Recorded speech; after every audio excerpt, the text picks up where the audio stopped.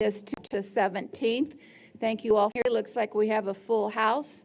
And as usual, we will start the meeting with our chaplain prayer and pledges. And we have today Chaplain Gary and Marcella Jenkins to lead us in both. Good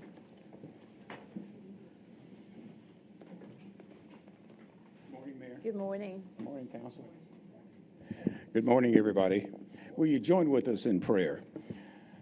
Precious Father in heaven, in the name of Jesus, we bow before you, the creator of heaven and earth, and we seek your counsel and your wisdom. We ask you to bless our city council, bless those who are working and laboring to enact ordinances that will govern this city and make this place a better place for people who live and work in San Angelo. We pray that you lead them, that you guide them, and that you give them the wisdom and the understanding that they need to take care of the business of the city in a way that will glorify you. And Father, we pray not only for the inhabitants of San Angelo, but we transcend around the world to Israel. And we ask that you preserve and protect Israel from all of her enemies, and that they will be able to put a stop to Hamas. We also pray for the innocent Palestinians who had nothing to do with the attack, that, Father, that you will protect your people everywhere. And, Father, we pray that the love of Jesus Christ will rest, rule, and abide now, henceforth, and forever. In Jesus' name, let everybody say amen. Amen. I pledge allegiance to the flag of the United States of America and to the republic for which it stands, one nation, under God, indivisible, with liberty and justice for all. Honor the Texas flag. I pledge allegiance to thee, Texas, one state, under God, one and indivisible. Thank you.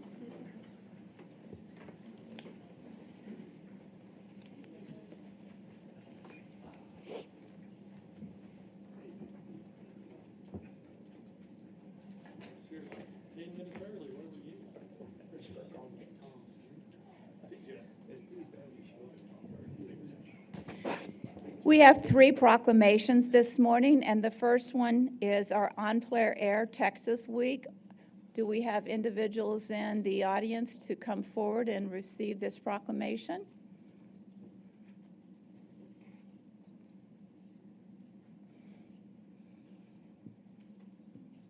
Good morning. Come on up here. Yep. In October 2023, On Player Air Texas, or EPAT, celebrates its 10th anniversary as one of the premier outdoor painting competitions in the nation. Inspired by similar events around the country, EPAT quickly distinguished itself by celebrating the arts with a West Texas flair. Building on the inspiration from the 1920s Texas artist camps in Cristobal on the South Concho River, EPAT has emerged as a national leader in plein air painting competitions. Annually, 35 nationally and internationally recognized artists spend 3 days on private ranches before coming to San Angelo to paint. Their presence in our historic downtown, in the International Water Lily Gardens, and other distinctive locations allows community members and visitors to explore what it means to paint, quote, in the open air. The event attracts world-class artists who are thrilled to paint our authentic West Texas ranches, and locals were also competing for significant cash prizes provided by EPAT sponsors. Their paintings capture the spirit of our city and of our heritage. A major fundraiser for SAMHSA, sales of these paintings directly contribute to the children's free outreach programs at the museum. 9 years of outstanding community financial support has allowed more than 70,000 area students to participate in a fine arts experience through the museum, many times hosted by EPAT competition artists. This competition is embraced by our community, where over 100 volunteers support the week-long event. EPAT brings national and international recognition to San Angelo, solidifying its reputation as a vibrant arts and culture venue. While EPAT is a celebration of outdoor painting, it also embraces its role in the fabric of our community and seeks especially to excite and expose our youth to the possibilities contained in the arts. The 10th year celebration of EPAT begins October 22nd with a week of special activities headquartered at Gallery Verde on South Oak Street, the Stampede Awards Party and Sale on Friday, October 27th, and the Saturday Paint Out at the Chicken Farm Arts Center, culminate with the 10th year celebration party on Saturday at Fort Concho Stables, which is free and open to everyone. Therefore, I, Brenda Gunter, Mayor of San Angelo, on behalf of the City Council, do hereby proclaim October 22nd through October 28th, 2023 as On Plein Air Texas Week and urge all citizens to support this exceptional community event. Congratulations on 10. Would you like to speak? Would you like to speak? Yes. We would quickly just like to thank the community for unbelievable support over the last 9 years, and we think this will be our biggest year ever. Bringing the arts to San Angelo, bringing a national recognition to our city, which is the visual arts capital of Texas. We're excited to continue this year for a big time this year. We hope you'll join us for some of the activities during that week. Laura, would you like to say anything? And as interim director of the San Angelo Museum of Fine Arts, I would just like to say how proud we are of this program, how grateful we are for the support of the city and everyone in the community. So yes, please come out, enjoy the events this year. They're going to be pretty great. Let's have a picture.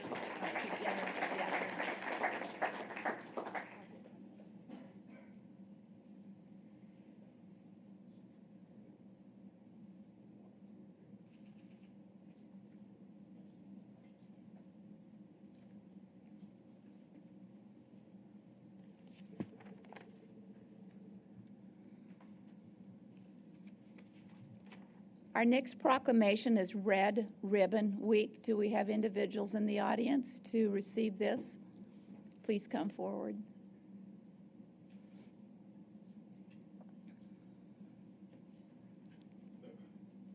Glad to have you here. Come on. Substance use disorder is particularly harmful to one of our most valuable resources, our children, and contributes to the 3 leading causes of death for teenagers: accidents, homicides, and suicides. It is imperative that visible, unified prevention education efforts by community members be launched to eliminate the demand for drugs. It is the goal of Red Ribbon Week and ADAC to involve families, schools, businesses, churches, law enforcement agencies, and service organizations in all aspects of this campaign, and establish an atmosphere that supports awareness, education, and ongoing initiatives to prevent illegal drug use. The Red Ribbon Week campaign theme promotes family and individual responsibilities for living healthy, drug-free lifestyles without illegal drugs or the illegal use of legal drugs. The Alcohol and Drug Awareness Center for the Concho Valley and Concho Valley Cares has many activities planned during the Red Ribbon Week campaign and is asking the residents of the city of San Angelo to observe Red Ribbon Week, October 22nd through 31st, 2023. Therefore, I, Brenda Gunter, Mayor of the City of San Angelo, Texas, on behalf of the City Council, do hereby proclaim October 23 through 31, 2023 as Red Ribbon Week, and call upon all residents, parents, governmental agencies, public and private institutions, businesses, hospitals, schools, and colleges in the City of San Angelo to support and increase community awareness and prevention efforts in our community. Present you with a proclamation. Who's going to speak today? Come on. Thank you. All right, good morning. Thank you, Mayor Gunther and the City Council members for the support for having us today to proclaim October 23rd through the 31st Red Ribbon Week. My name is Gilbert Mendoza. I am the Community Coalition Partnership Director for the Alcohol and Drug Awareness Council for the Concho Valley, otherwise known as ADAC. At ADAC, we provide prevention, treatment, detox, and recovery services at our Cotton Lindsay Center and Journey Recovery Center. Counselors provide one-on-one services for our clients, education, support, and accountability. I encourage anyone in the community that knows someone struggling with substance use disorder or alcohol use disorder to give our office a call to seek treatment. Also, at our Cotton Lindsay Center, our prevention team works tirelessly, traveling from county to county, serving schools and Boys and Girls Clubs of the Concho Valley. They provide education and life skills to help students and youth learn more about the healthy, drug-free lifestyle. And this upcoming week, our prevention team will be sharing the true meaning of Red Ribbon Week and the meaning behind it and why we celebrate it as a nation, serving our theme this year as Be Kind to Your Mind, Live Drug-Free. Thank you and God bless.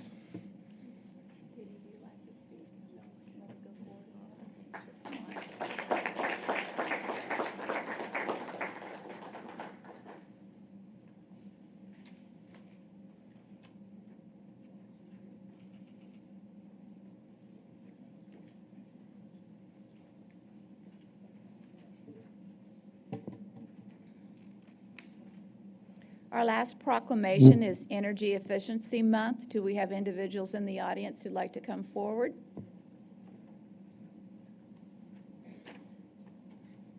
Good morning. Welcome. Got a lot of you. This is great. Good morning. Born out of Lyndon B. Johnson's War on Poverty and the advocacy of Martin Luther King Jr., community action agencies fight for the promise that every individual and family should have an opportunity for success. Founded in 1966, Concho Valley Community Action Agency has a nearly 6-decade history of providing assistance and promoting self-sufficiency for citizens of limited income. CVCAA plays a vital role in supporting low-income families and underserved communities by advocating for policies and programs that improve living conditions and economic opportunities.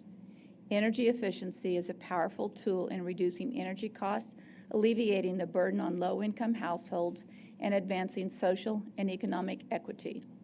October has been designated as Energy Efficiency Month, providing an opportunity to raise awareness about the benefits of energy efficiency and the positive impact it holds for low-income families and the entire community. Energy-efficient homes not only reduce energy bills, but also contribute to cleaner air, healthier living environments, and enhanced economic stability for residents, particularly those facing hardships.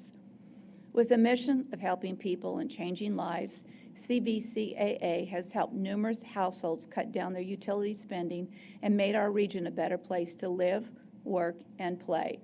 Therefore, I, Mayor Gunter, Mayor of the City of San Angelo, Texas, on behalf of the City Council, do hereby proclaim October 2023 as Energy Efficiency Month in San Angelo, Texas, and want to emphasize the importance of energy equity and sustainability for all.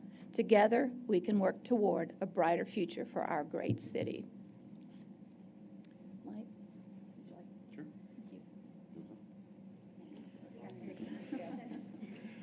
Thank you, Mayor. CVCAA has a number of programs that benefit our low-income neighbors here in the Concho Valley. Of them, our weatherization program is the one that provides the most long-term effects. When we pay someone's utility bills or when we pay someone's rent, that service ends when our payments stop. But weatherizing a home provides energy assistance, provides lower bills for our folks well beyond the time that we spend paying for the services that we render for them. It's a small team. This is our weatherization team. Ricky and William are the two that go out and do the bulk of the work. They weatherize homes in 14 counties around the Concho Valley. Our funding was increased for this from the bipartisan infrastructure law that was passed last year, so we're really excited about being able to impact more homes in the Concho Valley. Thank you.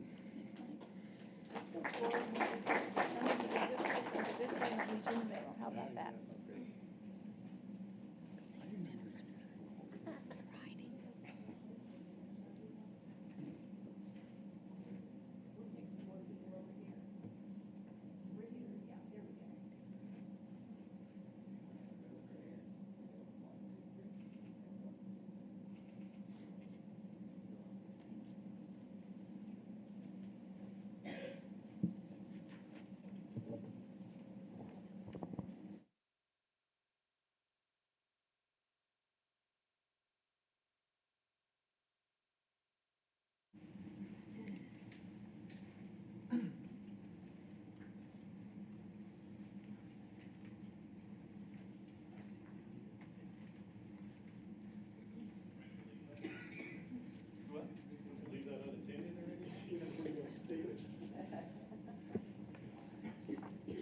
We will now move into the public comment portion of the agenda. Issues or concerns not on the regular agenda may be raised by the public at this time. Citizens should speak from the podium, address all comments to the dais, begin by stating their name and address or single-member district number, and limit their remarks to less than 3 minutes. Do we have individuals in the audience who would like to come forward and offer comment? Please come forward.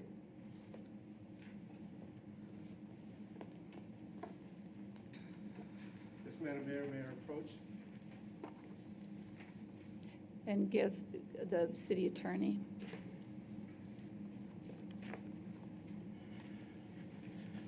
Morning, Madam Mayor. My name is Michael Lepak, citizen of San Angelo, single member District 3.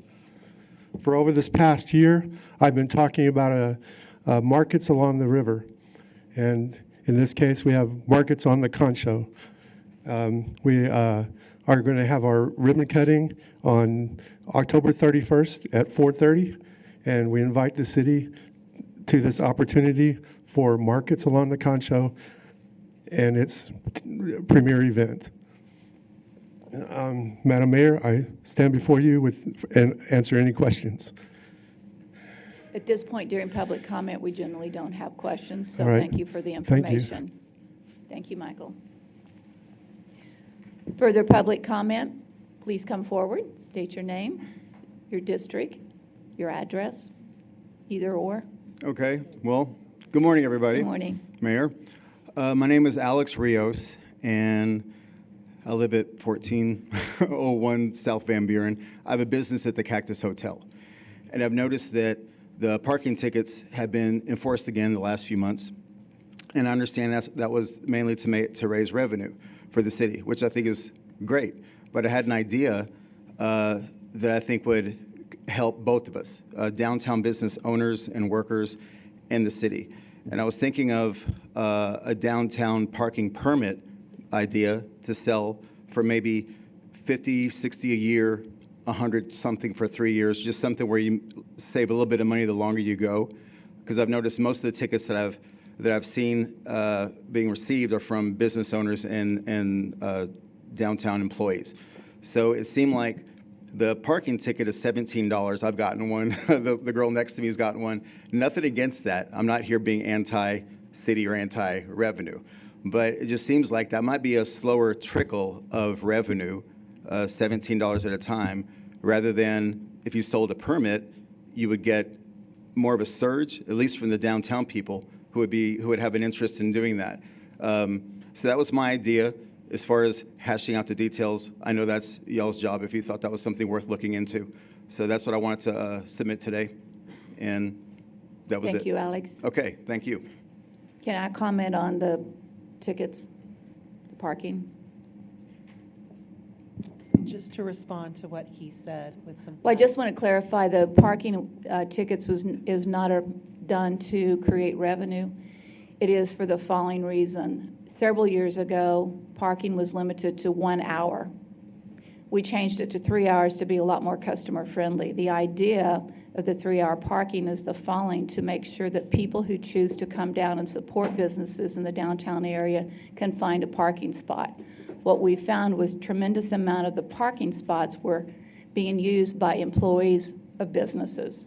And so people who chose to come down and shop and dine in downtown couldn't find parking spots.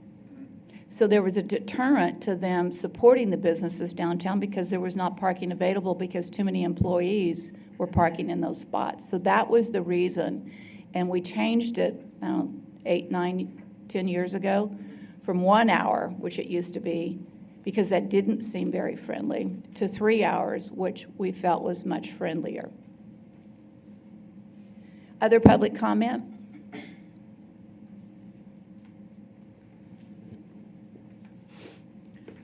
Good morning, Evelyn Smith, SMD 5. I just wanted to comment a little bit on what Michael already said about the vendors. I just got back from Chicago. We had a death in the family. And while we were there, we were able to visit the Riverwalk that's downtown in Chicago. And I like to say that it was not only calming, but beneficial and therapeutic. And I think the Riverwalk here in San Angelo benefits a lot of people also in that way that we don't always think about that it does for people. And I support the vendors there because when I have visitors here, family and friends, and we have reunions here, we drive down through the Riverwalk, but there's really no place to stop and vendors and shop and get little gifts and so forth. So I would like to just impress upon that more support from the city and from the city and the public on this particular item. Thank you. Thank you, Evelyn. It's good to see you. Further public comment?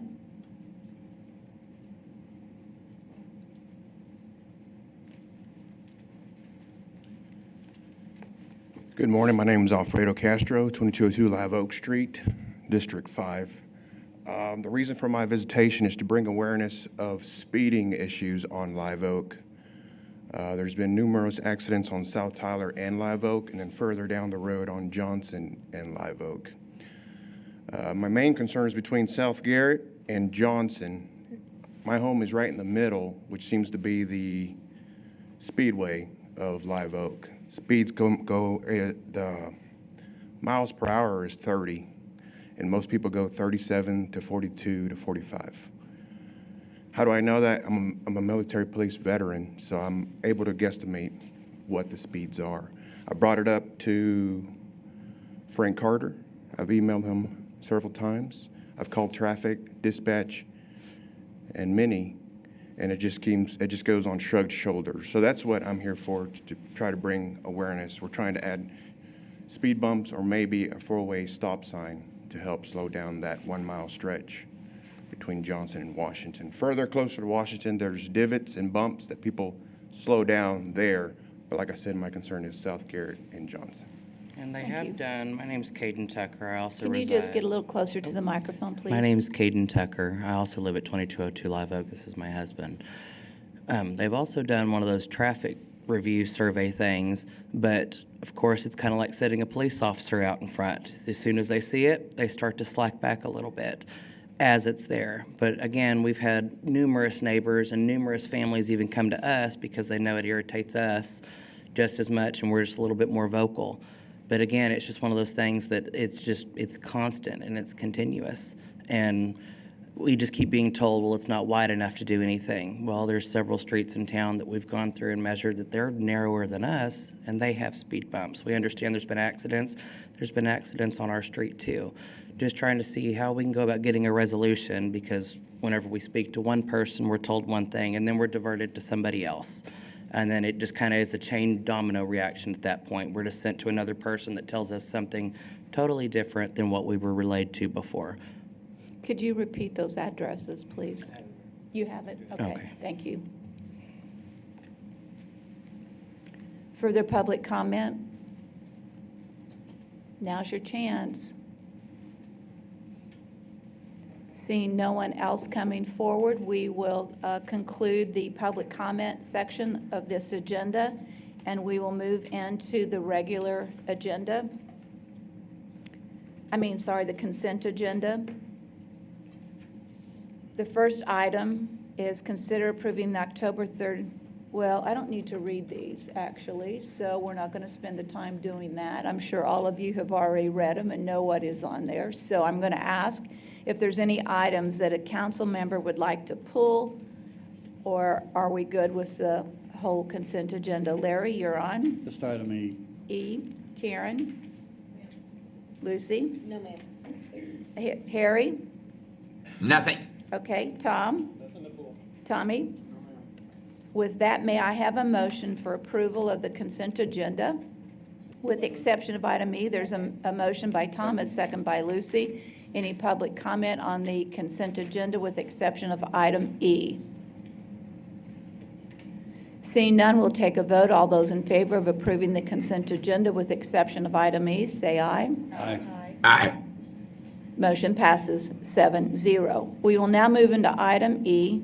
Consider two resolutions approving the advanced funding agreement between the City of San Angelo and the State of Texas per the terms of TxDOT's Highway Safety Improvement Program, HSIP, being related to the traffic and pedestrian signal at 1 Grape Creek Road and 29th Street with the city's contribution of funding in an amount not to exceed $21,883, and West Avenue End from College Hills to Austin Street with the city's contribution of funding in an amount not to exceed $20,792.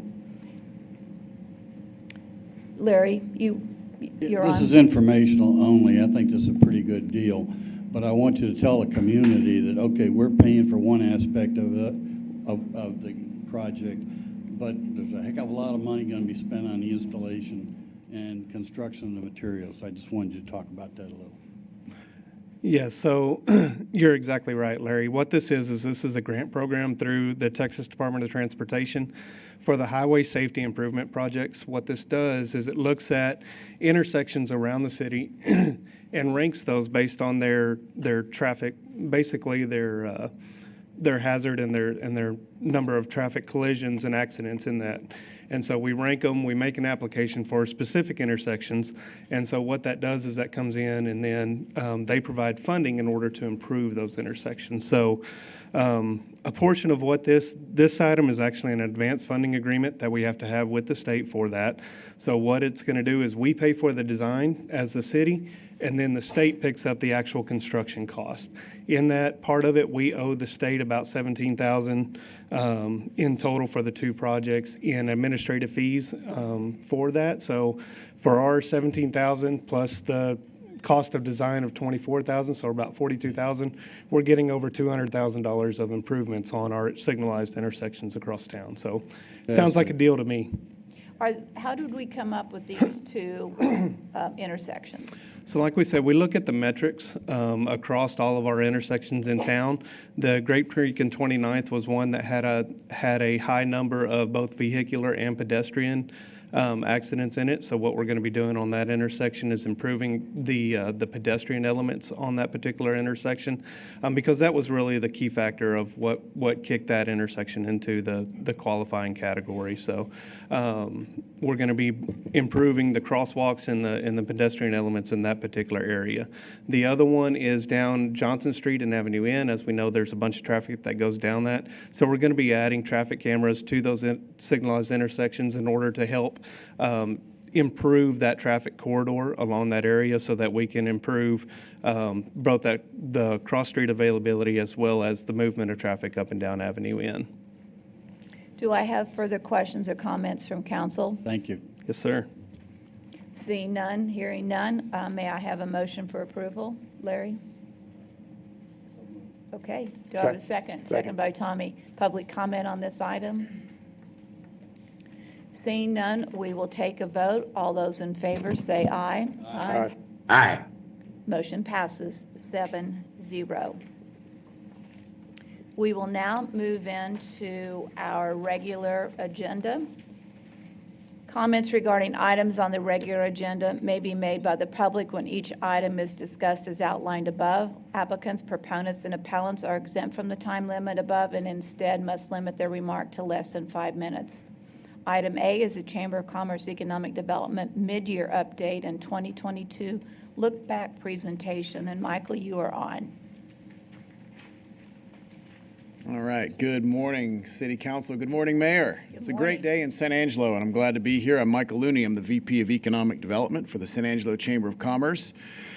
Chamber of Commerce Economic Development Department works very closely as a partner to COSA DC, which is the city's development corporation, and we also work with Tom Green County Commissioners on a variety of economic development projects.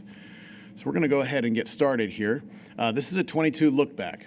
Overview for those who may not be familiar, the main focus of the Chamber's Economic Development Department mission is prospect generation. That's prospecting for new companies to move to San Angelo, mostly industrial companies, industry recruitment, variety of different types of industry sectors, BRE efforts, a lot of that supported by our relationships that we have with our existing incumbent manufacturers through our manufacturing association, the SARMA, San Angelo Regional Manufacturers Alliance, and industrial career promotion and training. And that's probably one of the most important ones on the list because all the different companies that we work with, whether they're incumbent companies that are here or companies that we're talking to for recruitment, in career promotion and workforce is the most important topic that they bring up constantly. So we put a focus on that. We put an emphasis on that. To look back at 2022, of the transactions. Stop right there. Describe the industrial career promotion and training. Because in many cases, people think, well, why aren't companies doing their own training and educating the public in terms of job opportunities and skill levels needed? So why do we take it on as a targeted emphasis when many people would believe that would be done by companies? Yes, you're right. Some of the industrial companies that we have here do have in-house training programs, but they're not widely disseminated to the public. The public really meaning ASU, Howard College, and SAISD. So what we do is we act as a bridge between industry and academia.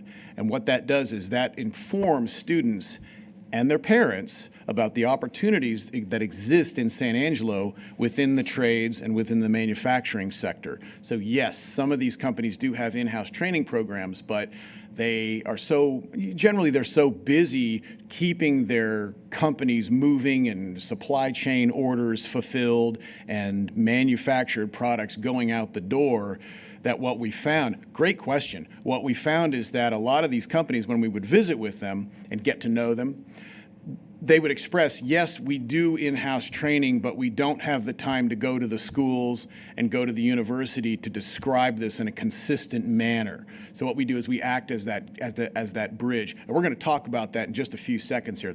Great point. And that's exactly why we do it, to serve as that public information conduit. But we also go deeper than that in putting together actual programs where the industrial operations inform the curriculum.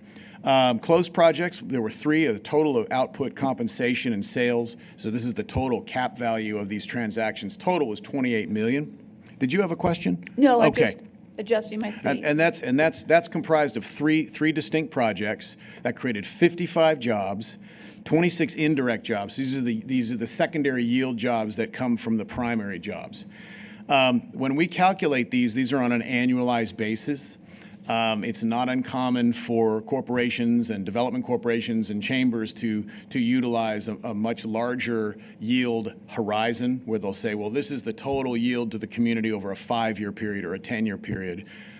We think that's a very risky number because we really don't know. The company could these companies could triple in size, and that would completely change the calculus. So we just use an annualized number.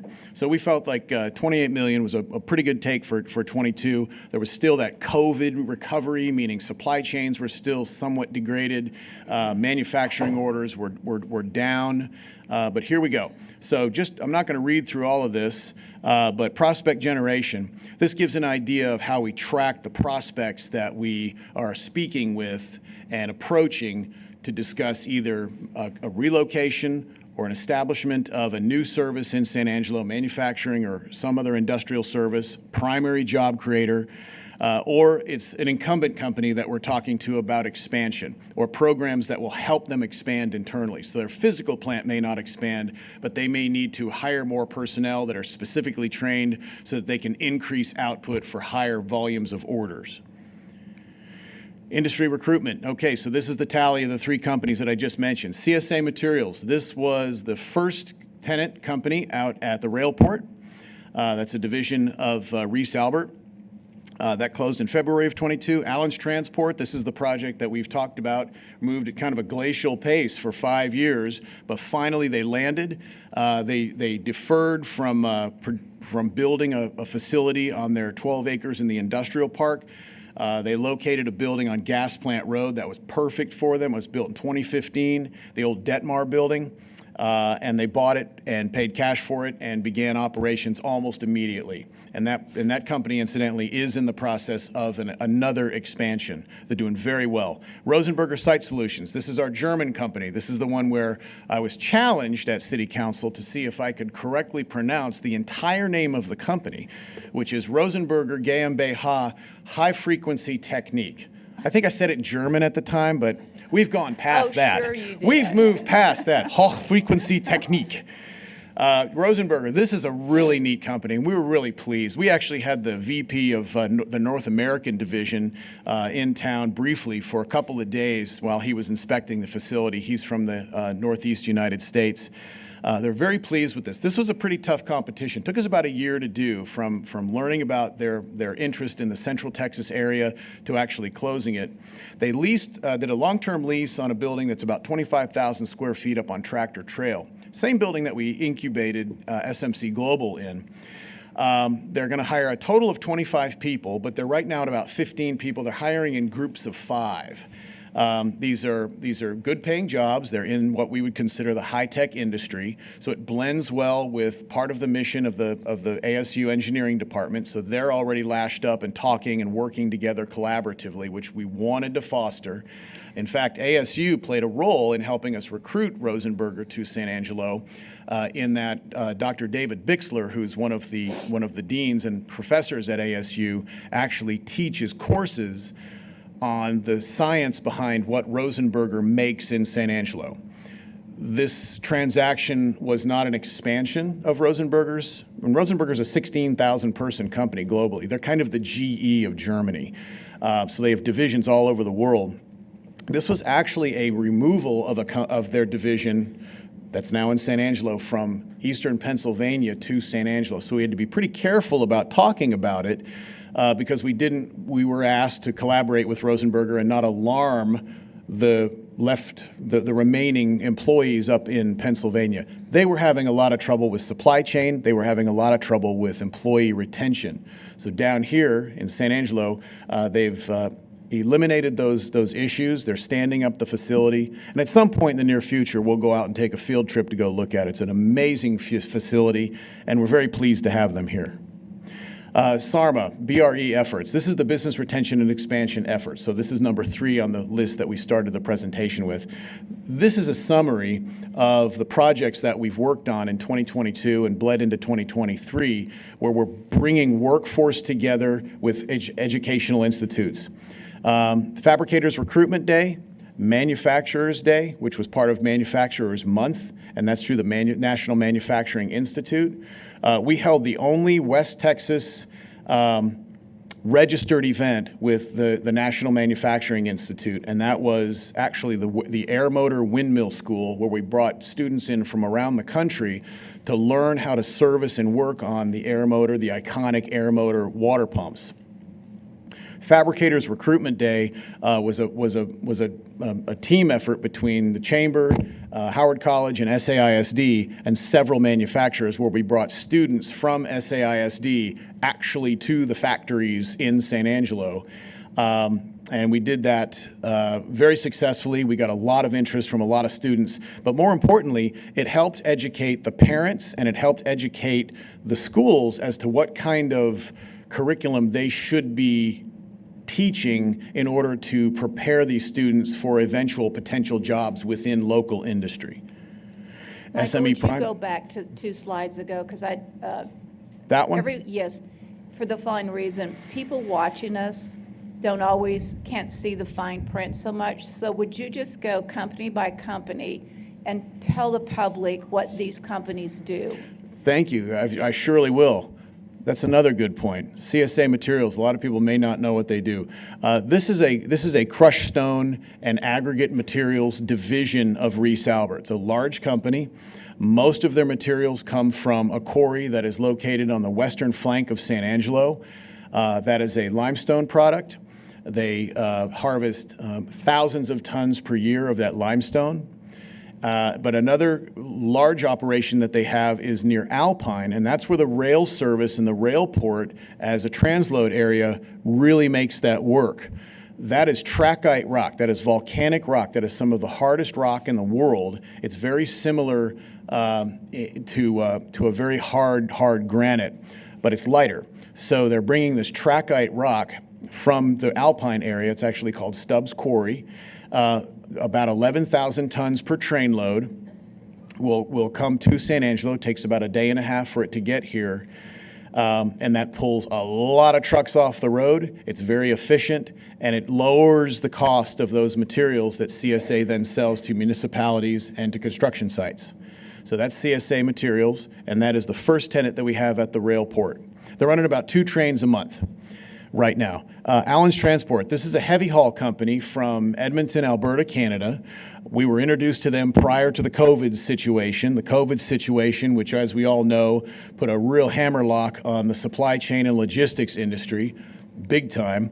But we kept working with the ownership of Allen's Transport. They're a very well-known Western Canada, Alberta area, British Columbia heavy haul company. What they've done is they've created a marketplace for the shipment of a specialty product that is actually made in Bryan, Texas. It's the only factory like it in the world that makes a drag-reducing agent that is injected into interregional pipelines that reduces the turbulence of the oil product moving through these interregional pipelines by 75%. So it creates a tremendous amount of efficiency so that product can get from the point of origin to the destination, destinations being refineries.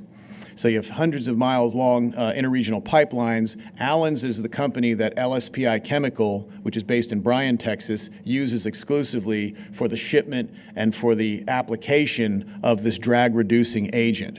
And the drag-reducing agent business is a wonderful business because the drag-reducing agent, which is basically a polymer, gets injected into the interregional pipeline, but it doesn't survive the entire journey and has to be replenished, in this case by Allen's Transport with LSPI product, all along the journey. So it's kind of a secure business model. So we're very pleased with what they've done. Yes? Have they had any problem hiring truck drivers? Because that's They the number haven't. one issue. Luckily, they haven't. And that was probably the one concern that we had because as we all know, as fellow economic developers, one of the biggest issues we have in North America is a lack of qualified CDL drivers.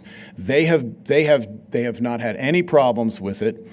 They have probably a higher pay grade than a lot of trucking companies because technically they haul hazmat material.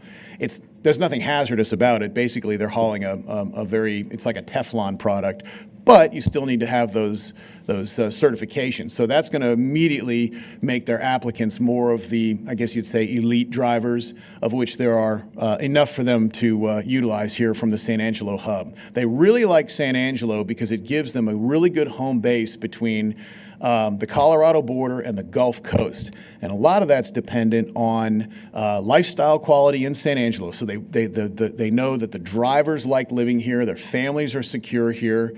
As they do these heavy haul runs, they're usually home the same day. Sometimes it's an overnight.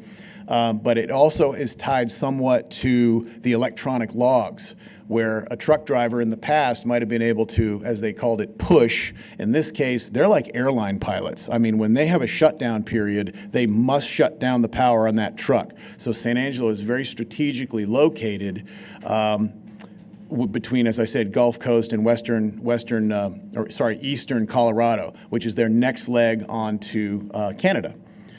So that's the Allen's Transport story. They're over now, as I said, in the Detmar Transportation Building, the former Detmar Transportation Building on Gas Plant Road. And then Rosenberger, they are a company that manufactures electronics equipment.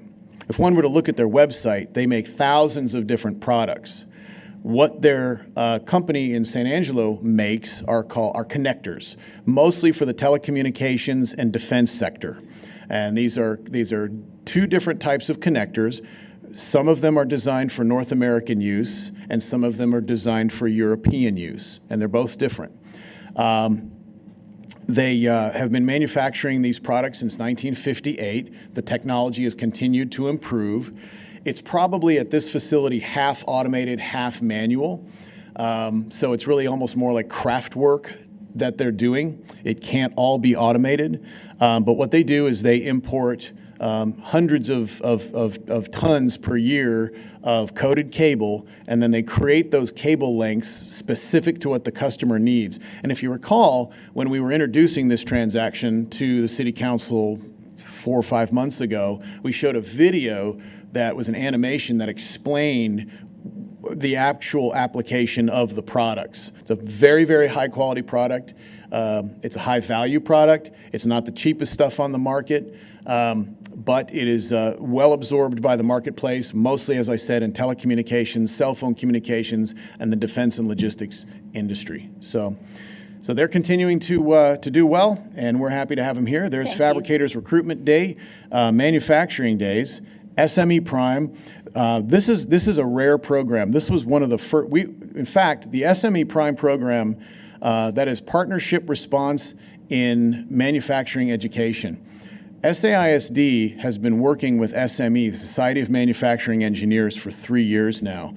SAISD is the second high school in Texas to have an SME Prime program. The only other high school in Texas that has a Prime program is Hollingstein Technical High School in Fort Worth. So we're the second in Texas.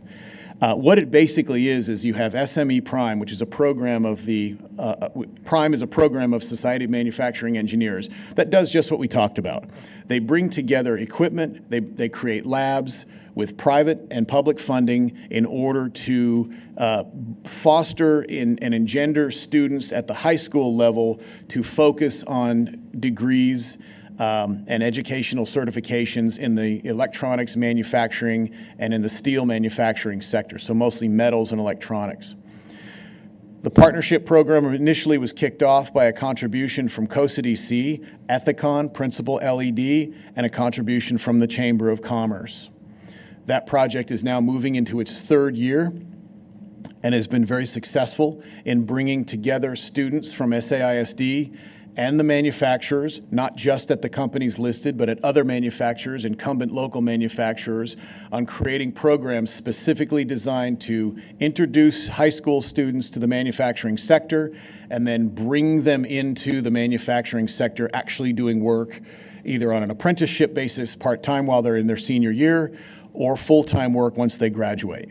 And we're continuing on, and we've had wonderful support from Society of Manufacturing Engineers, which is based in Dearborn, Michigan, and with the companies that have been contributing to this as the project has evolved. Okay, so 23 mid-year update. So that was the 22 look back. If you look at the 23 mid-year, so far, to date, we have closed approximately $24 million in sales.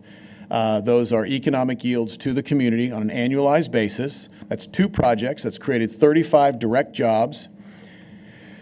Those 2 companies are a BRE, Business Retention and Expansion Program, that was with Principal Sloan, formerly known as Principal LED. Principal LED acquired Sloan LED last year, or earlier this year, I believe they closed it, but it took them about a year to do. That gave them 50% global market share in their industry sector. So internals for LED systems, mostly signage, our hometown, Principal Sloan, now has 50% global market share. And that's something to celebrate, and we're very pleased with that. Well, that came home to roost when they contacted us and said, we're totally out of room in the industrial park, help. So we jumped into action and went to work and helped find them a facility that's approximately 25,000 square feet in size. That's in the Chaparral Industrial Park, which is across the highway from their current facility next to Howard College. Signed a long-term lease. Originally, they were going to use it just for bulk storage, but they decided to convert that space because of the quality of the space into its research and development department. And so we toured that a couple of weeks ago, and it was a wonderful tour. And I'm going to make sure that we all put that on a field trip at some point in the near future, what they've done.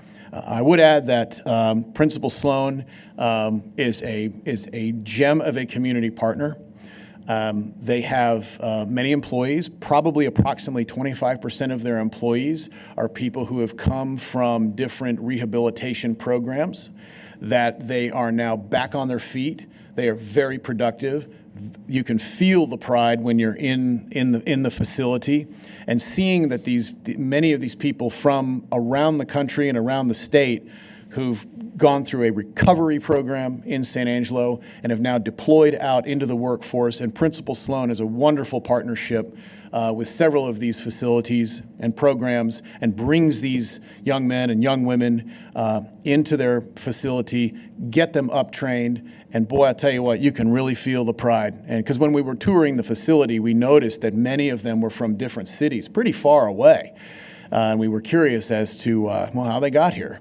And so that was explained to us by a member of leadership of Principal Sloan. So that's something that I think is important for you all to know, that when we put our efforts and our funds and our treasure and our energy behind expanding existing incumbent industry, there's sometimes more to the story that makes the story even better.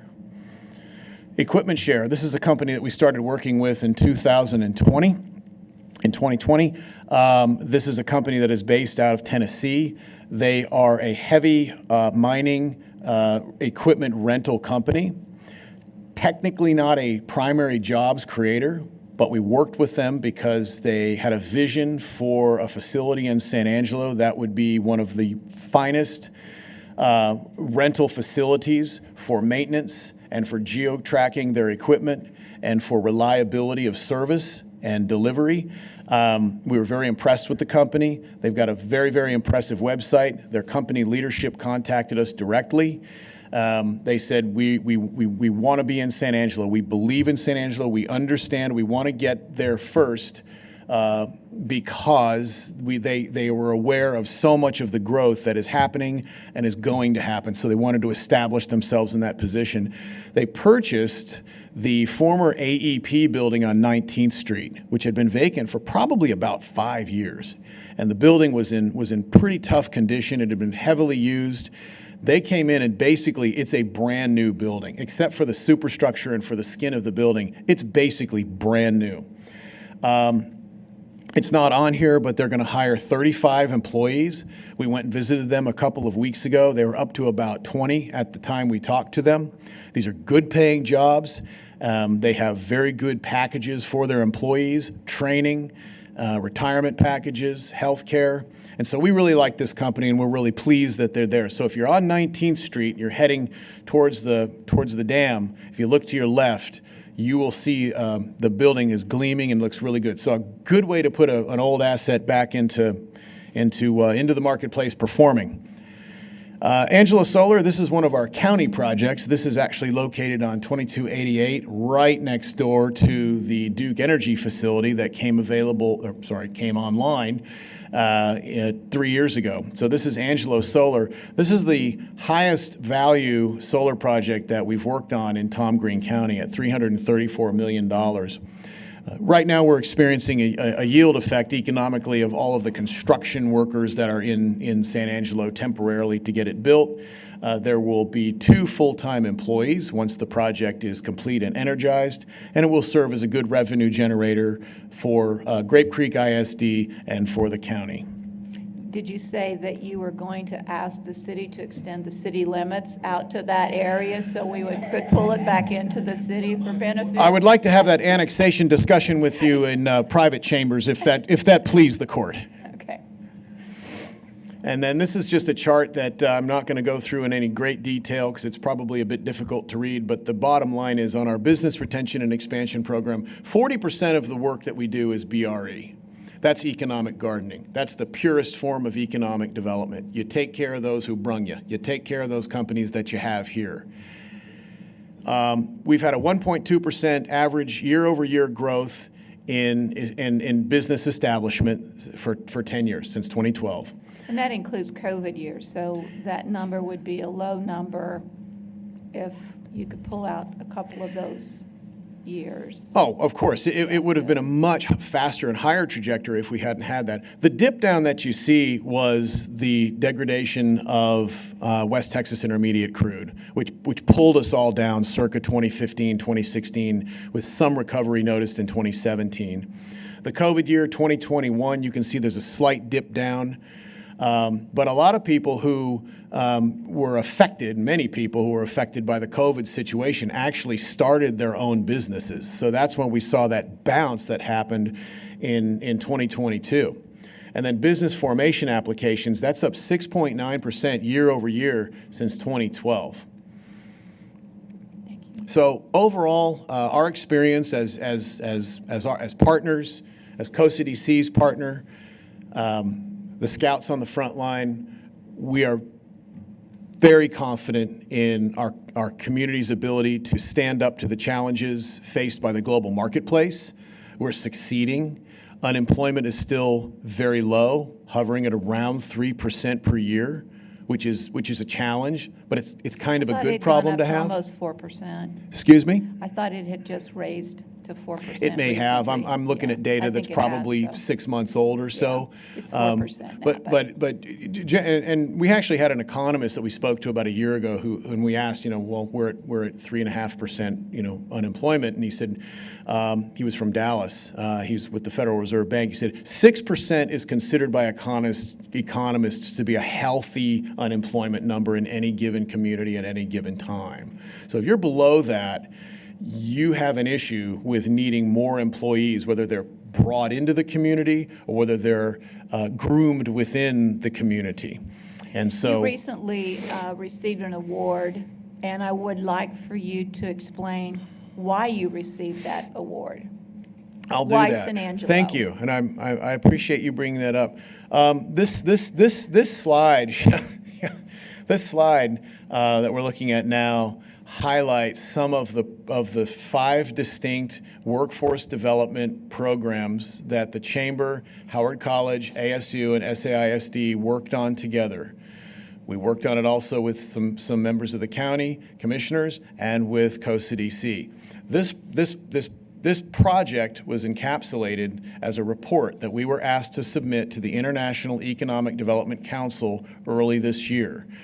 They were requesting papers on what kinds of programs, as a member of IEDC, San Angelo Chamber submitted, and we were notified about 2 months ago that we were expected to be at the conference in Dallas. Being an international economic development organization, we were very fortunate that their conference was actually in Dallas, not London or Calgary or Hong Kong. Darn it. Darn. How would I explain that special request to COSA-DC? Hey, I need to go to Hong Kong for a couple of days. Is that okay? But luckily it was in Dallas, and we were very fortunate because we were awarded the Gold Award out of 540 applicants of cities between 25,000 and 200,000 population. So they had 4 categories. We were category 2. We took Gold Award in Workforce Innovation and Development. And we were very honored to receive that. We spent some time taking classes up at the conference in Dallas, and we got to know a lot of the people, kind of by chance, who were on the 17-person search committee, the review committee of all the different applicants that had come in earlier that year. And it was really impressed upon us that this is a big deal. This is not something to take lightly, and to share that with the community, share that with our leadership, and celebrate it together. This was quite a mighty award. They honored our innovation, our creativity, and anecdotally, I had several conversations with several economic developers from around the country, and as I found, bringing industry together in meaningful dialogue and then having an added effect of program creation for students, which helps the manufacturer and helps the students at the same time, generally helping our economy, is actually very rare. And I found out, and I thought about it when I was actually receiving the award, and I had to say a few words. It took everything I had for me just not to say, doesn't everybody do this? I feel like we're just trying to catch up. And the reality is, it's actually very difficult because so many manufacturing operations, industrial operations, primary job creators, and institutes of education are fairly siloed, and they don't really enjoy that dialogue. You will see that in larger markets where there's a lot more, say, research going on between hospitals and universities. That's very common. But grassroots type work where you have young students, 18, 17, 19-year-old students, collaborating with leadership of these manufacturing entities in our case, San Angelo and the surrounding immediate area, is actually very rare. And we think that this is going to propel us to self-rescue our community because we don't have a nearby massive MSA to draw from. We're on our own, and we have to work together, and that's exactly what we're doing. And that's what I spoke about in Dallas, that we're all working together because we're all we have. We are all we have in this community because we're isolated. But that creates a strength because we all know and we can learn quickly and pivot quickly as to what we need to do to adjust economically and understand how we can fulfill these needs that the marketplace has by utilizing and training our students, our people, to fulfill those jobs. And industry locally is very happy with the results. Thank you. Oh, you're welcome. Thank you. Questions? Any questions? For Michael? Comments? I know we're going to continue this conversation later. Oh, yeah. With that, thank you very much for being, oh, yes, Larry. You got to raise your hand quick when I say, I'm is sorry. anybody? Yeah. I think we're all excited about this linkage between universities, schools, and manufacturing. You mentioned SME, the SME. Society of Manufacturing Engineers, yes, I'm sir. excited about the fact that it's not only academic, but he has hands-on even while he's in school and may move into a full-time job. Could you have one of those students come in? I'd like to hear their success story on this. That is a wonderful invitation, and we would love to do that. You can count on that. One of the statistics that's really good to hear about right now is ASU and their early numbers for population at ASU for students has gone over 11,000 people this year. We're one of the few universities in the country who's had an increase. Most universities are having decreases in terms of growth. And it is exciting to know that they've reached that across all categories, graduate, freshman, et cetera. So I think that this program and the things that you're talking about have helped them recruit.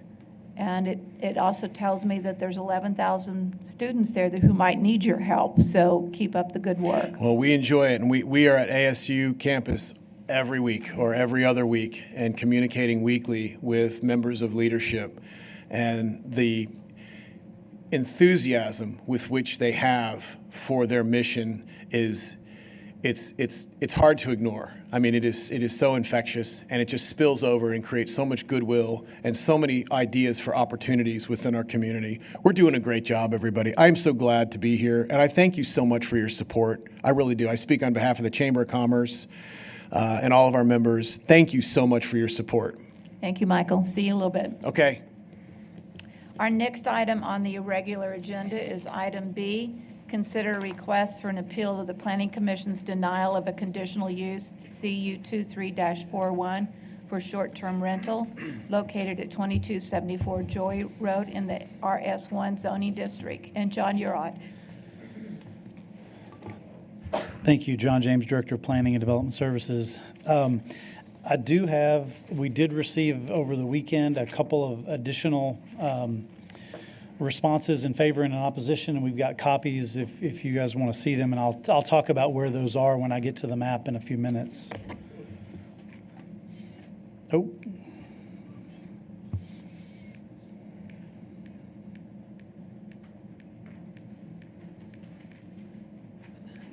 There we go.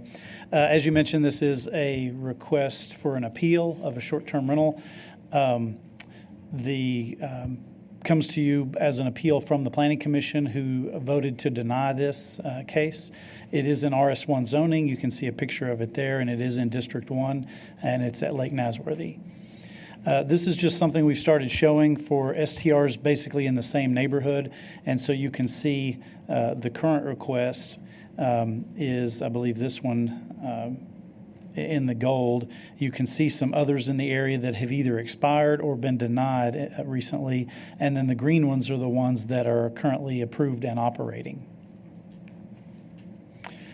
You can see here, this is just showing a little bit of a measurement. This is the subject property, and you can see that the backyard here is adjacent to the front yard of the adjacent property, and so the way they're offset, that was a potential issue that has come up. We did send out our 8 notices. We received 1 in favor, 3 opposed, and so this is a little complicated because we received an additional opposition, which you've got by email. We also received an additional in favor by email.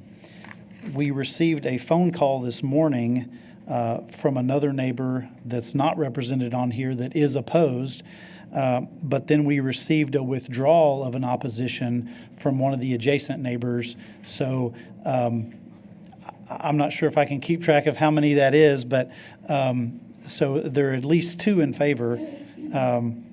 Actually, make that 3. So 3 in favor. See, 2 additional opposed minus 1, so that would be 4 opposed. But as you can see, all of these responses are basically from within this area, including neighbors on either side, one of which is in favor and one of which is opposed. And I believe some or many of them may be here today to speak. Staff does recommend approval of this with 3 conditions. These are kind of standard conditions. One is to pave and maintain 2 off-street parking spaces. You can see, if you remember the picture, they do not have any paved parking spaces. It's just kind of grass and gravel. Our ordinance does require those parking spaces to be paved. So before they can get their approval to operate, they will have to pave those. They will have to get the certificate of occupancy. That includes a review by building permits as well as the fire marshal's office to ensure that they meet some minimum standards for health and safety as a short-term rental. And then the current ordinance requires an annual fire inspection from the fire marshal's office. And I say current ordinance because you may know that just yesterday the Planning Commission discussed some changes to the short-term rental ordinance. They gave us some direction to bring back to them next month, so you all won't see it probably until December, but there is some ongoing discussion about changes to that ordinance, including some of the recommendations that you've made over the past couple of meetings. This did go to the September Planning Commission meeting. They did deny the request for conditional use based on some of the concerns, which include kind of the general concerns we often hear from neighbors is the potential for noise and parties, particularly given that this is at the lake. Parking, these are narrow lots, kind of tight. And so the concern is, yes, they do have to require 2 paved parking spaces on the property, but if this is a group, that's coming here, you might have 3, 4, 5 cars, and so where are they going to park? And if they park in the street, that could create some issues for neighbors, and really just general concerns about changing the character of the neighborhood by allowing a short-term rental. The applicant was not present at the commission meeting, and so that raised a concern that they weren't able to answer some of these questions that the neighbors and the Planning Commission raised. And so I believe the applicant will be here today to help answer some of those questions. I think that's the overview. I'd be happy to answer any questions. Could you go back to the screen that shows the STR locations? Oh. If I could hit the right button. Well, where was that? That one, yeah.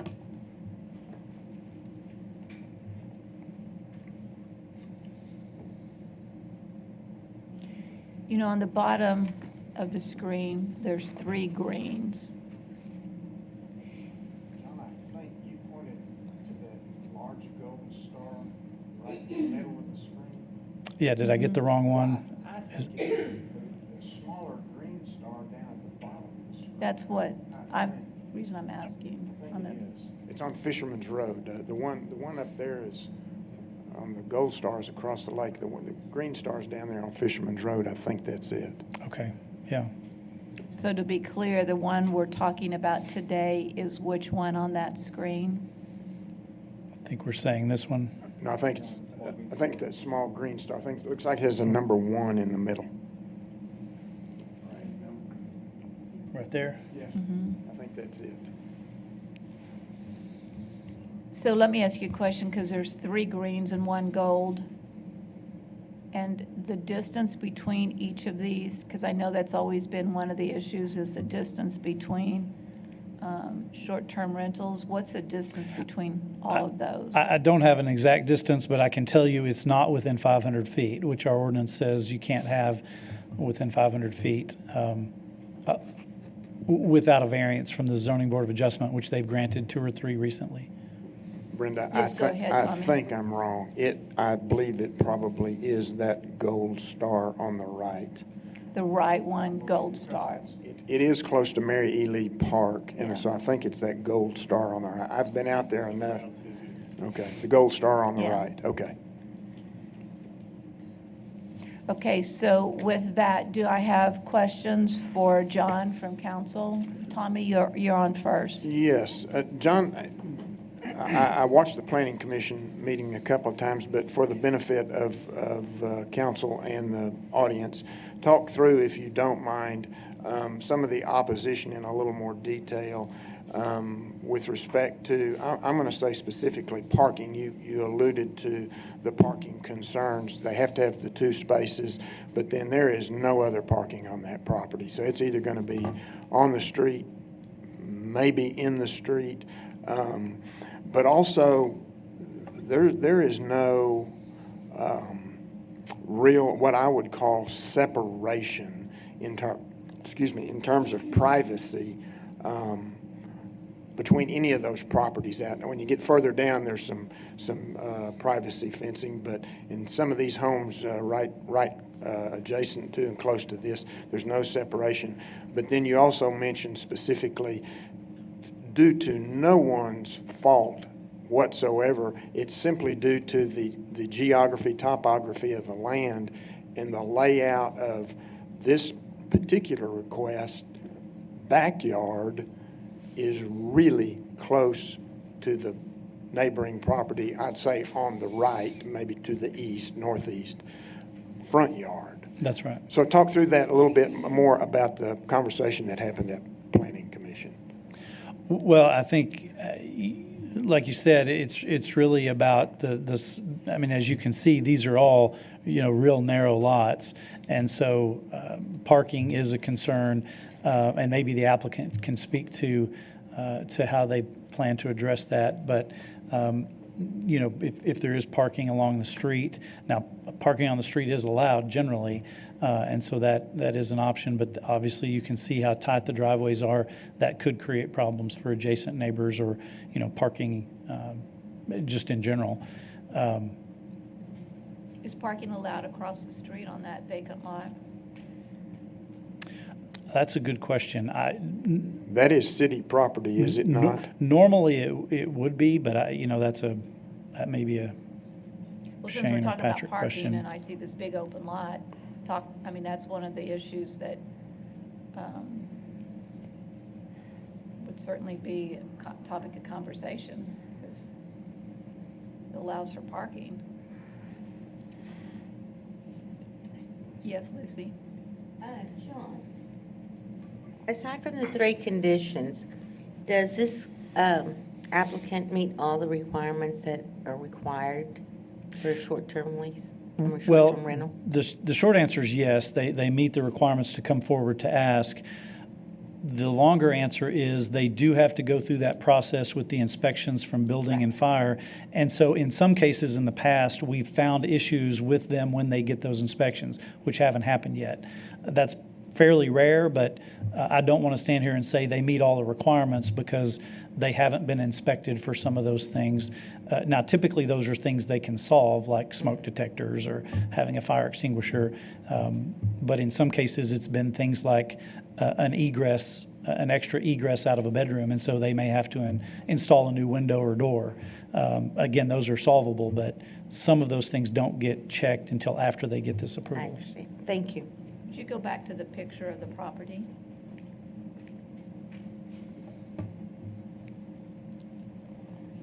How many bedrooms does that have? I'd defer to the applicant on that. I will point out, you mentioned the conditions. This is a conditional use, and it allows you to place any conditions you feel necessary on the approval. So you could add additional conditions. You mentioned the privacy. You could place a requirement that they have a fence between, their backyard and the neighbor's front yard adjacent, or something like that. If that would help you feel more comfortable approving, you can place additional conditions. Questions? Yes, Karen? A couple of questions. I seem to recall, as Tommy mentioned, that there was relatively hot debate at the Planning Commission over this particular property, and a great part of that conversation was regarding the orientation of the house on site relative to the neighbors. Do you remember it the same way? Yes. I'd like to hear a little bit more from you about what you remember. Is that the only picture we have of, because I know. I think so. In addition, I also recall that that there was a substantial presence of other neighbors that were willing to get up and speak in opposition to this particular property. Anything that you can share with us about that would be most welcome. I think that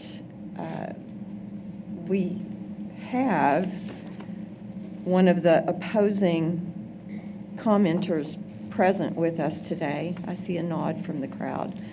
So I will look forward to hearing that as well. Well, and that was going to be my answer. I hate to try to speak for the commission. For the commission, or I'm more comfortable speaking for them, but less so for the neighbors who all came and spoke. And I tried to summarize some of their concerns, but I know some of them are here, and so I might defer to them to better express their concerns. Do your records show the final vote of the Planning Commission on this? I think it's in your packet. I think it was unanimous. Yeah. It was- It was either They had in 6 members 5-0 present. or It was 6-0. 6-0. Thank you. What we might do at this point, if council agrees, is to let people in the audience come forward and talk, including the property owners, so that we get their comments publicly. And then we'll go back, and certainly you can ask questions of them as they come forward, and then we'll see what other questions we have. So Tom, go ahead. John, before you open it up, what was this property before? Was it an STR before? I'm not aware of it having been an STR. This is not a renewal, so if they were operating it as an STR, I don't think they haven't gotten, it wasn't an approved STR. All right, so, okay, that's all I need to know is was not an STR before. Okay, so I'm going to open the floor for public comment. So whoever would like to come up first, please do. Good morning, Mayor. Good morning. Esteemed council members. I'm Tim White. If you hear my watch go off, it's probably my heart monitor. I'm a little bit nervous. I feel responsible for my children who own this property. They're San Angelo raised, graduated from Central. I have 4 children. My oldest owns a business here in town. She owns Tilly and Mint Spa. And I moved my family here in 1995. I was a Russian instructor for the Navy. I was in the Navy for over 20 years. We fell in love with the town. We stayed here, raised our family here, and they're proud San Angeloans, and have gone off to college. And now some live in big cities, and some live here in town. I'm very proud of them, and I feel responsible. I wasn't at that planning meeting. I wasn't aware that it was essential for me to be there. Nobody told me it was. I thought it was more of a kind of a stamp to get started in the process, because I knew there were other things that would have to be worked out, the inspections, the parking, and all of those things. So I had to work. My daughter, who is the primary owner, her company is the S. Monte Group, but it's Shelby White. She was cheerleader here in Central, and like I said, they weren't able to come. They were working that morning and just weren't aware that it was essential for us to be there, or we would have been there to answer a lot of these questions. I have 14 members in my family, immediate family. And when we travel, we extensively use Airbnbs, and because we want to stay together as a family. We've had great experiences, and it's just important for us to stay together, eat together, and enjoy the sights of the towns that we visit, our family. When we go back for family reunions and those things, we all stay together as a group. Recently, we went to Austin for a football game, and all of us stayed in a $1.2 million house. And I'm sure those of you that have used Airbnbs or short-term rental properties, you didn't destroy those properties. You didn't party. You didn't annoy the neighbors. Those are the kinds of clients that we're going to try to get to come to our property. When we have some rules that I'll go over, which will be in our contract. But for those of you that have used Airbnbs or short-term rentals or vacation rentals, they usually come with a set of rules, and there's also a score. There's a score for the property, and there's a score for the people who rent these properties. In order to rent the property that we're going to have, is going to be a luxury, and I know this picture doesn't look like it's very much, but that's an 1,800 square foot house. It's 30 by 60.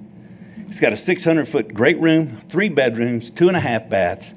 It's got a deck off the back that's 12 by 20. We have a two-story boat dock, and another piece that we're going to turn into an outdoor grill area. We're in the process of renovating. We've already spent about $40,000. And dealing with contractors, you know, we were supposed to be through about a month ago, but we're running a couple of months behind. A few years ago, I had cancer. One of our experiences was to stay as a family in a short-term rental. We stayed and we prayed. My outcome was great. I'm here today. I'm a cancer survivor for 20 years. So I survived the military. I survived being shot at, my airplane being shot at. I survived cancer, and now my heart rate's up more than any of those things. So I hope you will bear with me if I'm nervous, because I feel responsible that my kids, and I have an ulterior motive, I have grandkids. I want them to come back and use this property too. It's not going to be a full-time STR. It's going to be used by the family, and to offset the cost of the taxes, which are over $8,000, the insurance, which is over $1,000 a month, on top of that, the mortgage, to offset those costs, we want to be able to use it as a rental property from time to time just to offset those costs. So we can keep the property in the family and keep our kids with a footprint here in San Angelo. My daughter and son who own the property are real estate investors and real estate agents in the Metroplex area. They currently own 2 properties in San Angelo that are under renovation and another one under contract. So they're going to either be used as rentals, and we like to rent to the military. Can't deny that. You're But going we to will- need to wrap up your Okay. comments, if you would, please. Let me go to the specifics of the concerns. One, it is an in-town group. My wife and I will be the operators of this property. We live on 2917 Bluebonnet, which is 12 minutes from this property. I will make sure that every person on that street has our phone numbers and our emails, and they can contact us anytime if there's a problem. You have to be 25 years old to rent this property. In the rules, you cannot have parties of greater than the number of people that are there, registered to be there. So there's not going to be any frat parties. And like I said, we've just spent a ton of money renovating the electrical, the plumbing, putting in the smoke detectors, new bathrooms, new kitchen, all of those things. We're not going to have it destroyed. We're going to have responsible people that are rated highly on these sites. They also have to sign a contract. We have a good neighbors policy that says there's a quiet hours from 10 p.m. to 8 a.m. They're not allowed to do fireworks. They can have pets, but service animals. No smoking on the property. But they're not to annoy our neighbors. And I would love to put up a privacy fence, especially from the neighbor on the right, because that property's falling apart. It's not Good, very- because I think would require one. Huh? I think that would be required. I would be more than happy to put one up. Also, the easement in the front, the way the property was designed years ago, the road used to swing further in front of the property. Now there's a ditch there. The city owns part of the parking lot, and that would be our parking lot. So my question would be, I'd be more happy to pave it to the ditch, but I don't know, because part of that's owned by the city, the way the property line runs. And so you have enough space for 4 to 5 parking spots in the front. Paved, we could pave those. I'm going to have to ask you to move on, because I've allowed you far more time than I am supposed to. So we're going to ask that anyone else with comments to come forward, and if we have further questions for you, we'll have you come back up, okay? Okay, thank you so Perfect. much. Thank you. Mayor, I think I have an answer on that parking question you Sure, asked thank regarding you. that vacant area. Because it's at the lake, there are special parking provisions for the properties out there. And so it's unlawful for any person to park a vehicle in other than an established or designated parking area. and in accordance with any posted direction there, and with the instruction of any attendant. So since that's not a designated parking area, that open space, there shouldn't be parking allowed there. That is actually a water collection area that drains to the lake. So it's not, if it's rained, it's not a good parking So area. it looks anyway. better than it is. Yes, ma'am. Most of it is, most of the time it's dry, and city people. Because it's dry everywhere. Exactly. But it is a collection area, water collection area that drains to the lake. Thank you. Further public comment? Please come forward. Tracy, would you please look into the fencing requirements? Or I know that the HOA, there's some restrictions as far as how far you can actually fence toward the lake itself. Yeah, we I can believe look it's a at that. 35-foot restriction, so you might want to look into that. John may know the answer to that. So one versus. We can, it would be an That's a HOA house versus issue, lot. right? We gotta make sure that. You're not allowed to block the view of your neighbors That's under their correct. rules, I That's believe, correct. yes. Say that again, Teresa.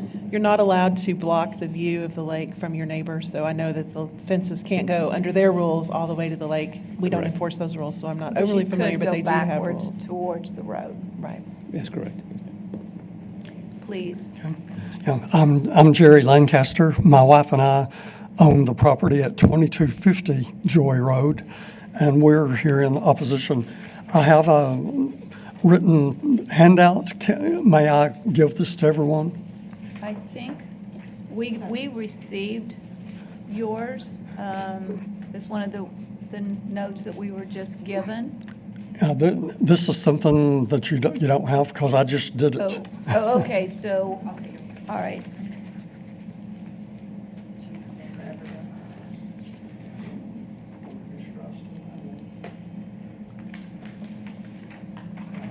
I've got more.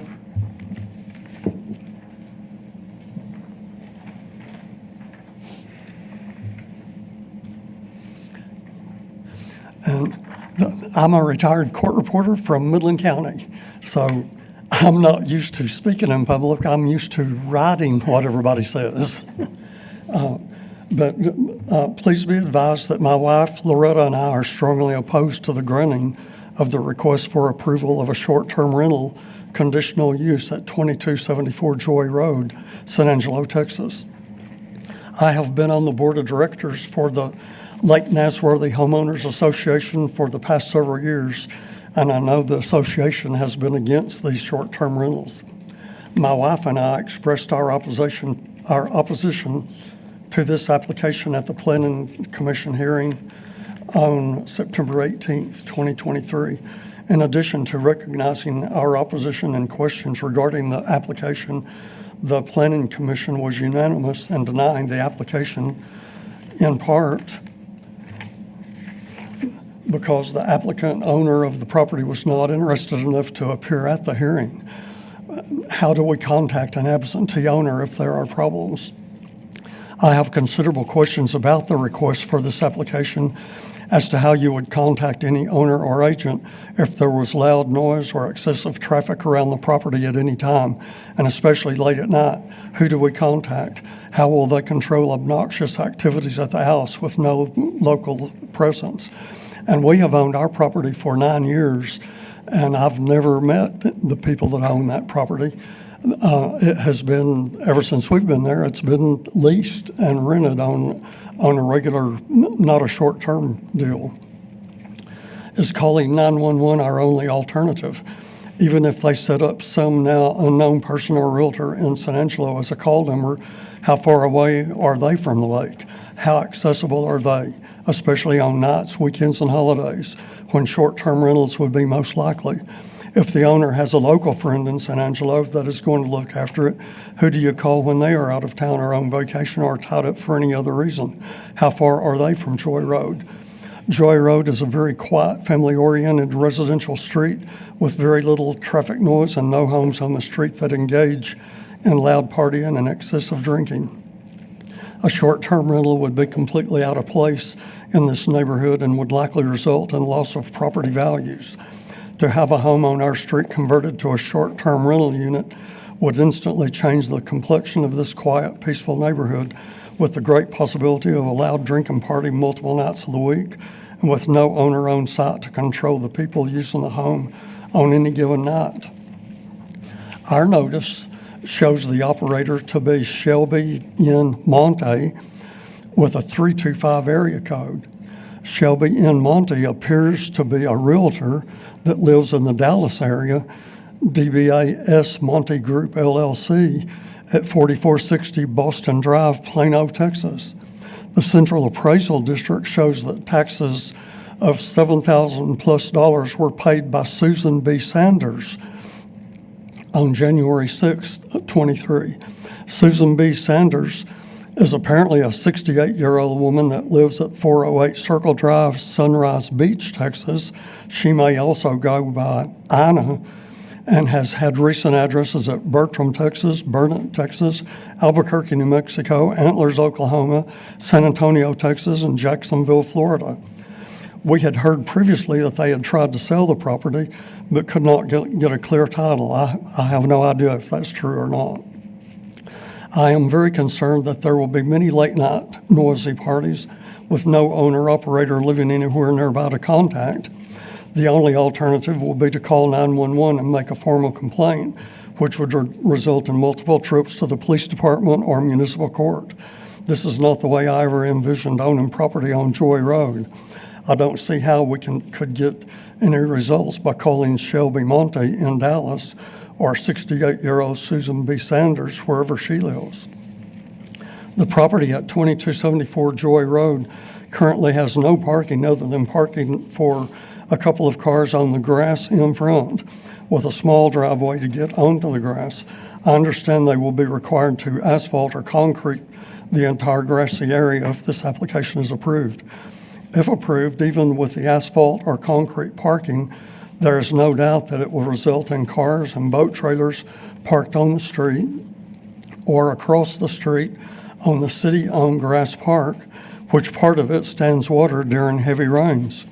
Short-term rental units should not be allowed on residential streets unless the owner-operator assures you that they will be living in the home or next door to the home at all times, that they assure you that no one will be allowed to rent a room or be there unless they are present and will be responsible for any extra loud music and the usual noise and activities that go along with short-term rental units. I respectfully urge you to deny the application for a short-term rental at 2274 Joy Road. Lake Nasworthy is a wonderful asset to the city of San Angelo. If you begin approving short-term rental units here at the lake, this wonderful city asset will begin to decrease in value to anyone planning to live or spend leisure time at the lake. Currently, I believe the values of lakefront property are considerably higher than similar properties elsewhere in San Angelo. Short-term rentals could reverse this trend in property values. Thank you very much. Thank you. Yes, Tom. Mr. Lancaster, before you leave the stand, are you a permanent resident of San Angelo? Our permanent residence is in Midland. We plan to move to this property hopefully within the next 1 or 2 years. What's keeping us in Midland right now is my mother is 96 years old, still trying to live in her own home, and so we're trying to stay in Midland for the next year or so. But we will be permanent residents here. On this map, which house is yours? Touch the screen. Okay, ours is 2250. I'm not sure. As you come down Picnic Road, you make a gentle left, and ours is right there, I believe. Okay. Are you one of the adjacent properties? You're not? We're not directly next door, no. Okay, that's all I need to know. Thank you, Okay. Mr. Lancaster. Yes, it seems as though you have a problem with accessibility to the owner, and he indicates he's 12 minutes away. And I had no clue. Okay. You can't tell that when you look, go to the Central Appraisal District, and I couldn't figure out anybody except the two people I mentioned. Well, I think that's an important point, and I'm wondering if we can require the accessibility as, or the inability to get in touch with the owner as a complaint that's filed against the owner, if, you know, as a part of the licensing process. I don't know if we can or can't. We already do. The license requires the designation of an operator who must reside in Tom Green County and furnish a telephone number for the operator. The information shall be furnished in the notice to owners of real property, and if the information changes, the operator shall mail the notice of a new contact information to owners of property within 200 feet of the lot lines. So it is a requirement of the license that everybody knows who the operator is, and then if that changes, they get new notice. And Does that require them to have essentially, they're on the watch during times when that home is occupied? Well, they need to reside in Tom Green County. We try not to impose too much on what people do while they're residing here, but they have to be a resident.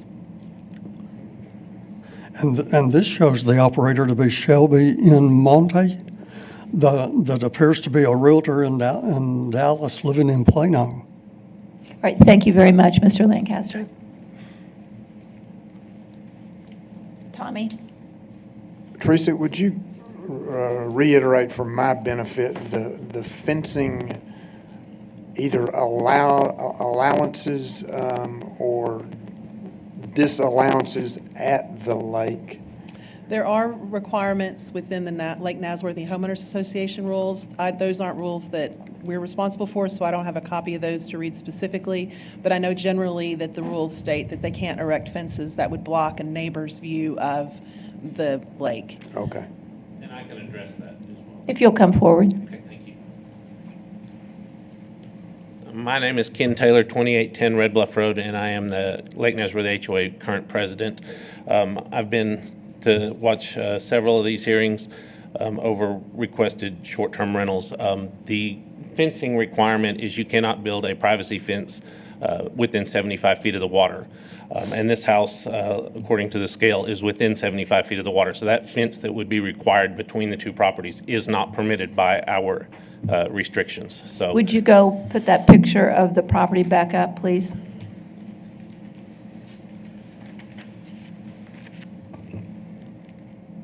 This one?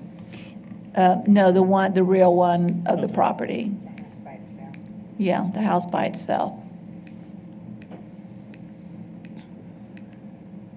So the question mark, and I'm looking at this, is where would 75 feet from the water be on this property? well, from the overhead picture, as the owner stated, that's a 60-foot deep house. So using that 60 feet as a scale, that house is within 60 feet of the water. So you could not put a privacy fence from the back of that house to the water, which is the area in question. But you could from the back of the house to the street, is that what we're saying? I'm just for No, clarification. it would be somewhere on the side of the house to the street, but that still would not allow for a block between their backyard and the front yard of the neighboring house. So that area in question would still remain open. You could do a chain link fence 4 foot or lower, but you could not do a privacy fence, which appears to be the concern there. There is a chain link fence between. Correct. That But exists now? I'm not aware of what's there now. What I'm saying is that the question is a block or a privacy between those two properties, and our restrictions do not allow that to be in place. If that clarifies the fencing question, I don't know. I want to question, it was stated that other than inspections, this house meets all the requirements for a short-term rental application. Are we still using the 30-foot rule on the streets? Because that is not a 30-foot street. No, there's a court ruling that says we are not allowed to do that. So that has been changed in the ordinance at this time? It doesn't matter if it's changed in the ordinance. If we try to enforce it, it will be held by courts to be unenforceable. Okay, So well it's then- still in the ordinance. That's one of the updates we're working on, but it is not Okay, that is being allowed. worked on then? Yes. Okay, thank you. I appreciate that clarity. As you noticed in the other picture with the stars, there are plenty of short-term rentals available.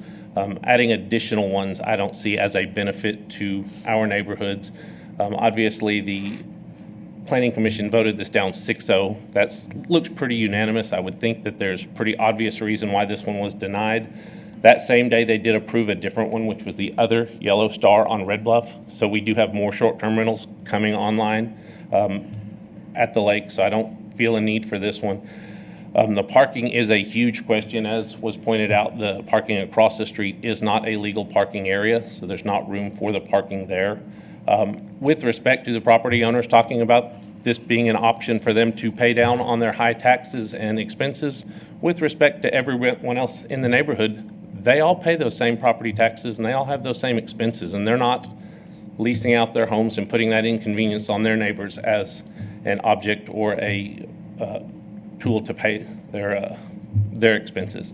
I noticed you did ask about Mr. Lancaster's residence. I can say that he has been a board member of ours. He makes every meeting when he comes to town. He is here for a week to 10 days at a time. So even though he's not a local occupant, he's very accessible and he is very much part of our lake community. So unless y'all have any questions for me, that was all I wanted to state today. Any questions from council? Yes, Larry?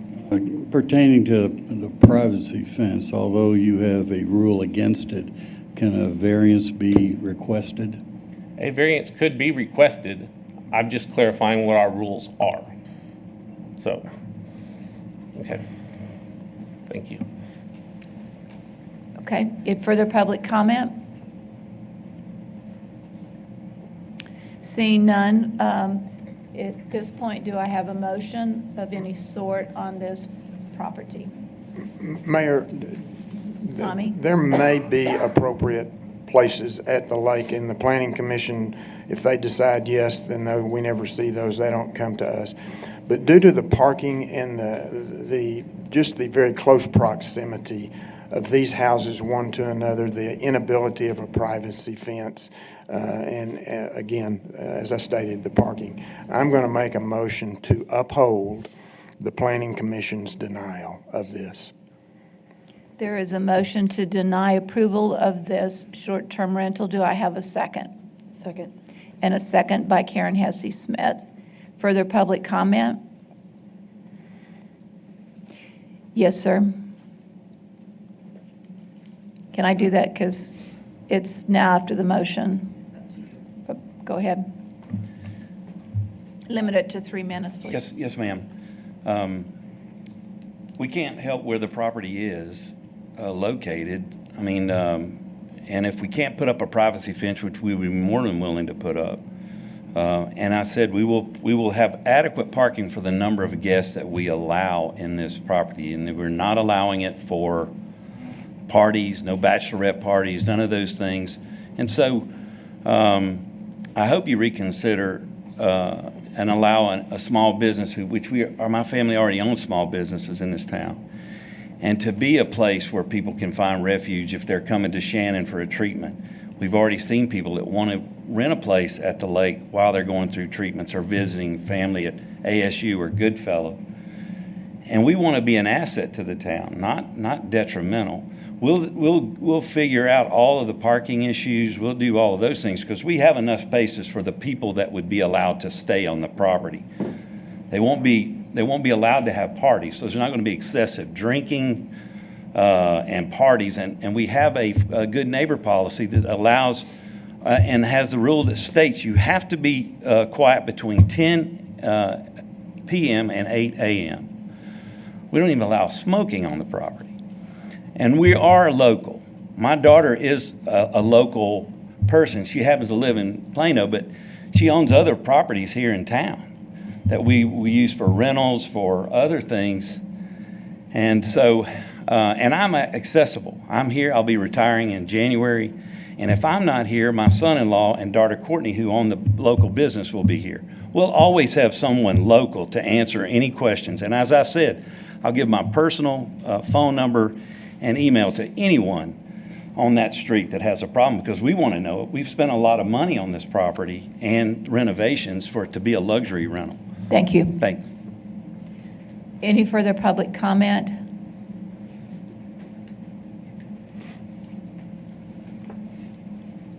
I do want to clarify on Larry's Your name question. again, please. I'm sorry, Ken Taylor, 2810 Red Bluff. To clarify on your question about could there be a request for a variance, I was a former member of the Architecture Committee. According to state law, you can no longer be on the Architecture Committee as a board member, so I'm no longer part of that. But I can tell you that from years past, I am aware of 0 approvals for a privacy fence within 75 feet. That one is a variance that our board, as far as I know of, going back 10 years, has never allowed. So yes, it's possible to ask for it, but if it's very low probability that that would happen. Thank you. Just a question for council. No, you're okay, dear.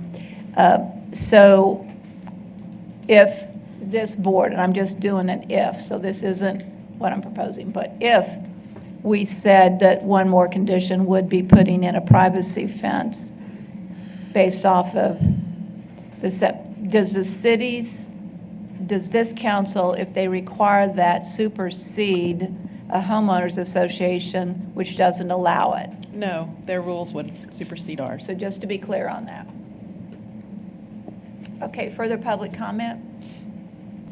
I think I misunderstood Larry's question earlier. We do require them to have a local person. We do require them to post that internally to the house or whatever, but we don't have any requirement that they answer their phone at a time if you're asking. Okay. That would be hard to. Okay, with that, then we will take a vote. I'll start with Tommy. Based on my motion, I know.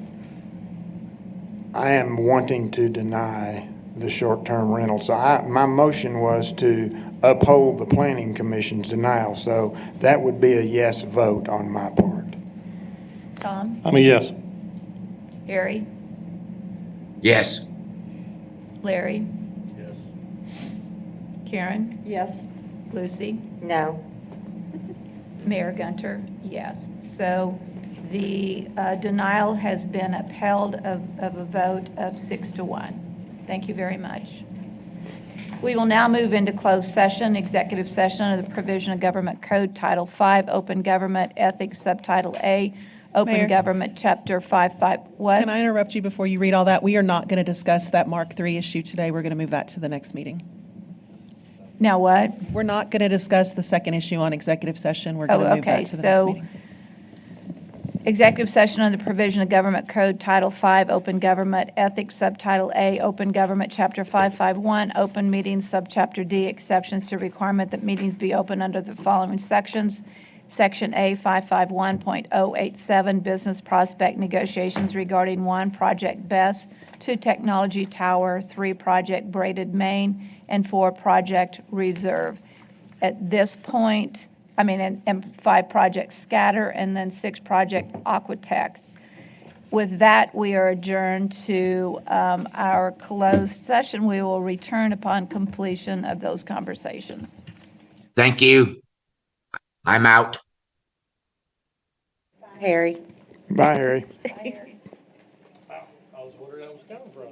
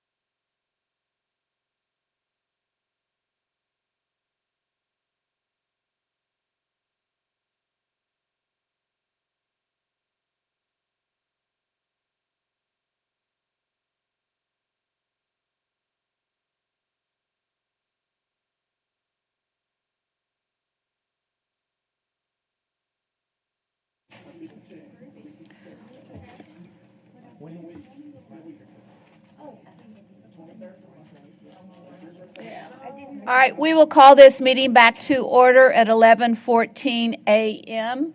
We are back from closed session, of which there are no announcements to be made following the closed session, so we will move on to item B, and that of 8B, consider approving various board nominations. The Airport Advisory Board, Mark Clark, SMD 3 to a second term. Does he know how to fly?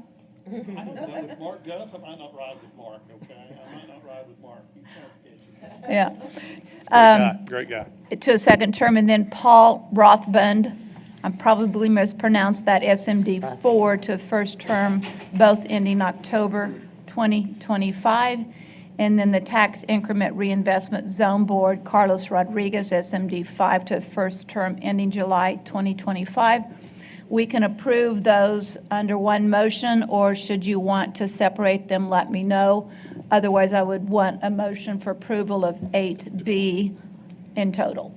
In total, so moved. Second. I've got everybody in support with a second, so that Everybody must be second except good. Daniel. All those in favor say aye, please. Aye. Motion passes 6-0. Announcements and consideration of future agenda items. There will not be any at this point, so a motion for adjournment. if Move we could. adjourn. So moved, seconded, done, voted on. Motion Aye. passes 6-0. Thank you Heather, all. I'd like to see how you document that.